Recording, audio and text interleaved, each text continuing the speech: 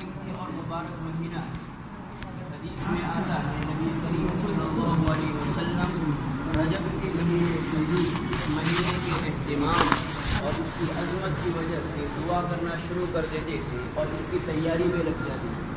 نبی کریم صلی اللہ علیہ وسلم دعا فرمایا کرتے تھے اللہم بارک لنا فی رجب و شعبان وبلغنا رمضان، کہ اے اللہ ہمارے رجب اور شعبان کے مہینے کے اندر خیر و برکت نازل فرما اور رمضان کے مقدس مہینے تک ہم سب کو پہنچا دے۔ تو ہم بڑے خوش قسمت ہیں کہ اس مہینے کو ہم نے پا لیا ہے، لیکن اس مہینے کی اصل قدردانی کیا ہے کہ ہم اس مہینے کو اس انداز سے اور اس کے مطابق گزارے جو اللہ تعالیٰ چاہتا ہے۔ 11 مہینے تو ہم اپنے جسم کی طاقت اور اس کو تقویت پہنچانے میں لگے رہتے ہیں، لیکن ایک مہینہ لا کر اللہ تبارک و تعالی ہماری روح کو مضبوط کرنا چاہتا ہے۔ 11 مہینے کے اندر ہمارے اوپر کوئی پابندی نہیں، ہاں اتنی پابندی ہے کہ حلال کھانا ہے، حرام نہیں کھانا ہے، لیکن جب بھی ہم کھانا چاہیں کھا سکتے ہیں، جب بھی پینا چاہیں پی سکتے ہیں۔ اسی طرح جنس خواہش اس کے اوپر بھی پابندی نہیں لگائی گئی، لیکن اس مہینے کے اندر آ کر اللہ تبارک و تعالیٰ نے کھانے پینے کے اوپر بھی کیا ہے صبح صادق سے لے کر غروب شمس تک پابندی لگا دی۔ یہ روح کی تربیت کا مہینہ ہے۔ اسی طرح جنس خواہش کے اوپر بھی پابندی لگا دی کہ صبح صادق سے لے کر غروب شمس تک جنس خواہش سے بھی دور رہنا ہے۔ تو 11 مہینے کے اندر تو ہم اپنی جسمانی طاقت کے اندر لگے ہوئے ہوتے ہیں، ایک مہینہ لا کر اللہ تبارک و تعالیٰ گویا ہماری روح کو مضبوط کرنا چاہتا ہے۔ اور قرآن کریم کے اندر اللہ تبارک و تعالیٰ فرماتا ہے کہ روزے جو اس امت کے اوپر اور اگلی امتوں کے اوپر جو فرض کیے گئے، ان روزوں کو فرض کرنے کا مقصد قرآن کہتا ہے کہ لعلکم تتقون، تاکہ تم متقی بن جاؤ اور تم پرہیزگار بن جاؤ۔ تقویٰ کیا ہے؟ تقویٰ یہ ہے کہ اللہ تبارک و تعالیٰ نے جن کاموں کو کرنے کو کہا ہے ان کو چھوڑتے ہوئے اللہ سے ڈرنا، کہ اگر میں نے کرنے کے کاموں کو نہیں کیا تو کل قیامت کے دن اللہ تبارک و تعالیٰ کے سامنے میری پیشی ہوگی اور اس کا جواب دینا ہوگا۔ اس استحضار کے ساتھ اس کام کو چھوڑتے ہوئے اللہ سے ڈرنا، یہ ہے تقویٰ۔ اور اسی طرح جن کاموں سے اللہ تعالیٰ نے روکا ہے، حرام کاموں سے، ان کو کرتے ہوئے اللہ تبارک و تعالیٰ سے ڈرنا، یہ ہے تقویٰ۔ تو اس مہینے کے اندر اللہ تبارک و تعالیٰ نے ہمیں تقوی والی زندگی سے وابستہ کرنے کے لیے حلال چیزوں کو بھی چھڑوا دیا۔ کھانا پینا حلال تھا، جن سے خواہش پوری کرنا حلال تھا، لیکن اس مہینے کے اندر اللہ تبارک و تعالیٰ نے بطور ریہرسل اور پریکٹس اور مشق کے اس کی مشق کروا دی، تاکہ اس مہینے کے اندر تم حلال چیزوں سے دور رہو گے تو آگے جو 11 مہینے ہیں اس کے اندر تمہارے لیے حرام چیزوں سے بچنا بھی کیا ہو جائے گا، آسان ہو جائے گا۔ تو یہ مہینہ ہم سے یہ چاہتا ہے کہ اس مہینے کے اندر اللہ تبارک و تعالیٰ نے ہم کو تقوی والی زندگی نصیب کرنے کی اللہ تبارک و تعالیٰ اس مہینہ اس لیے لاتا ہے۔ اور اس مہینے کے تعارف کے اندر اور پہچان کے اندر اللہ تبارک و تعالیٰ فرماتا ہے کہ رمضان کا مہینہ وہ ہے جس کے اندر مقدس قرآن اور اسی طرح کیا ہے بابرکت کلام نازل ہوا۔ شہر رمضان الذی انزل فیہ القرآن، رمضان کے مہینے کا تعارف کرواتے ہوئے اللہ تبارک و تعالیٰ نے فرمایا کہ رمضان کا مہینہ وہ ہے کہ جس میں قرآن کریم نازل ہوا۔ تو گویا رمضان اور قرآن کو خاص تعلق ہے، تو اس مہینے کو ہم اس کے مطابق گزارے جو کام ہم کو کرنے کے ہیں۔ اس مہینے کے اندر خاص طور پر جو عمل ہے وہ روزے کا ہے۔ دوسرے نمبر پر رات کی تراویح ہے۔ حدیث کے اندر بخاری شریف کی روایت ہے، اللہ کے نبی نے فرمایا من صام رمضان ایمانا واحتسابا غفر له ما تقدم من ذنبه، کہ جو شخص اللہ تبارک و تعالیٰ کی عطا کے اوپر یقین کرتے ہوئے ایمان کے ساتھ اور اخلاص کے ساتھ ثواب کی نیت سے روزہ رکھے گا پورے رمضان کے مہینے کا، تو اس کے اللہ تبارک و تعالیٰ پچھلے سارے گناہوں کو معاف فرما دیتا ہے۔ اور اسی حدیث کے اندر دوسرا حصہ اللہ کے نبی نے فرمایا من قام رمضان ایمانا واحتسابا غفر له ما تقدم من ذنبه، کہ جس نے رمضان کے مہینوں کی راتوں کا قیام کیا جو ماشاءاللہ تراویح کی صورت میں ہوتا ہے، اس مہینے کے اندر رات کا قیام کیا، تو اس کی فضیلت کی وجہ سے اور اس کی برکت کی وجہ سے بھی اللہ تبارک و تعالیٰ پچھلے گناہوں کو معاف فرما دیتا ہے۔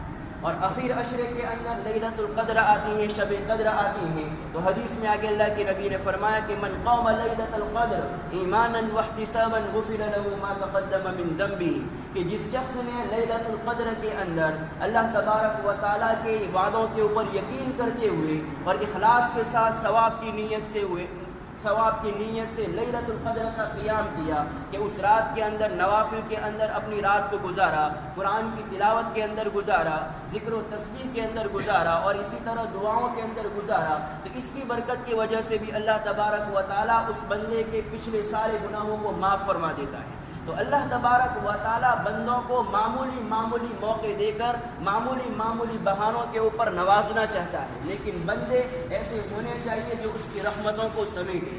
تو یہ مہینہ گویا ایک سیزن ہے، جیسے ہر آدمی کے لیے اور ہر طبقے کے لیے جس کام میں بھی لگا ہوا ہوتا ہے، جس پیشے کا آدمی ہوتا ہے، تو ان پیشے والوں کا ایک سیزن ہوتی ہے، ایک مہینہ ہوتا ہے جس کے اندر وہ کماتے ہیں. تو یہ مہینہ بھی نیکیوں کو کمانے کا مہینہ ہے، اور اللہ تبارک و تعالیٰ کی رحمتوں کو سمیٹنے کا مہینہ ہے، اس کی خیر و برکت کو وصول اور حاصل کرنے کا مہینہ ہے. تو اس مہینے کو ہم قدردانی کے ساتھ گزاریں، اس کے اندر روزہ رکھیں، اسی طرح تراویح کی نماز کا اہتمام کریں، قرآن کی تلاوت کا اہتمام کریں، اور اسی طرح نوافل کا اہتمام کریں. حدیث کے اندر اللہ کے نبی نے فرمایا کہ یہ مہینہ اتنا بابرکت ہے کہ اس مہینے کے اندر کوئی بھی نفلی عبادت آدمی اگر کرتا ہے تو وہ فرض کے برابر ہو جاتی ہے، اور ایک فرض اللہ تبارک و تعالیٰ اس کا ثواب 70 فرضوں کے بقدر دے دیتا ہے. جیسے کہ ابھی ہم نے ظہر کی نماز پڑھی، تو عام دنوں کے اندر اگر ہم ظہر کی نماز پڑھتے ہیں تو ایک فرض کا ثواب ملتا ہے، لیکن یہی ظہر اور جتنی بھی فرائض آتی ہیں، ان فرضوں کو اگر ہم پابندی اور اہتمام کے ساتھ پڑھتے ہیں تو اللہ تبارک و تعالیٰ 70 فرضوں کے بقدر ثواب دیتا ہے. تو اس مہینے کے اندر ہم اپنے آپ کو نوافل کے اندر بھی زیادہ سے زیادہ لگانے کی کوشش کریں، اور اس مہینے کے اندر خاص طور پر دعاؤں کا زیادہ سے زیادہ اہتمام کریں. حدیث کے اندر آتا ہے کہ رات اور دن کے اندر اللہ تبارک و تعالیٰ ایمان والے کی کوئی نہ کوئی دعا ضرور قبول فرماتا ہے. اور حدیث کے اندر اللہ کے نبی نے فرمایا کہ للصائم فرحتان، روزے دار کے لیے دو خوشی کے موقع ہیں.